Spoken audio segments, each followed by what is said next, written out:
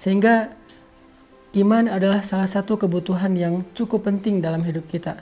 Bahkan mungkin lebih daripada udara untuk kita bernafas, lebih daripada air untuk kita minum, lebih daripada makanan untuk kita makan. Kita butuh iman lebih dari semua itu.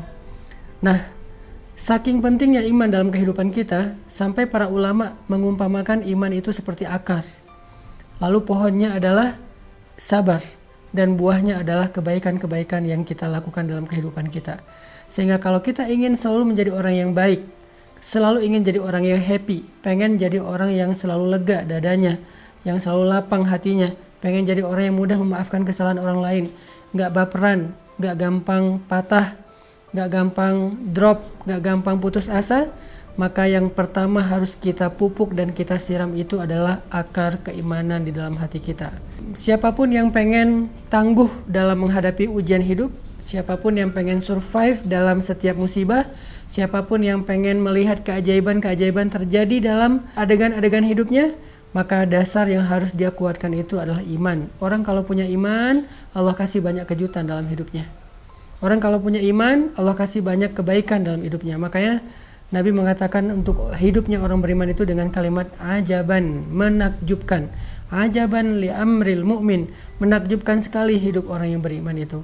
Mau kondisinya susah, menakjubkan, mau kondisinya senang juga menakjubkan. Nah, pertanyaannya adalah ketika kita butuh iman kita untuk selalu bisa stabil, kalaupun dia berkurang tidak drop, dan mudah-mudahan dia bisa selalu bertambah, gimana cara kita untuk bisa menjaga keimanan? Gimana cara kita nge-recharging iman? Gimana cara kita nge-refresh iman? Teman-teman sekalian, pernah nggak teman-teman ngerasain saat-saat ketika hati kita tuh rasanya kayak dekat banget sama Allah?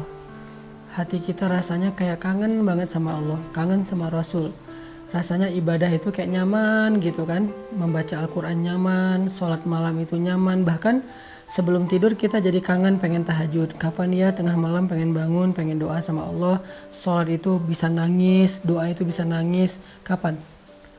Rata-rata jawabannya kita bisa merasakan suasana hati senyaman itu ketika lagi banyak masalah. Padahal kita bisa merasakan hal yang sama tanpa harus menunggu datangnya masalah. Gimana caranya?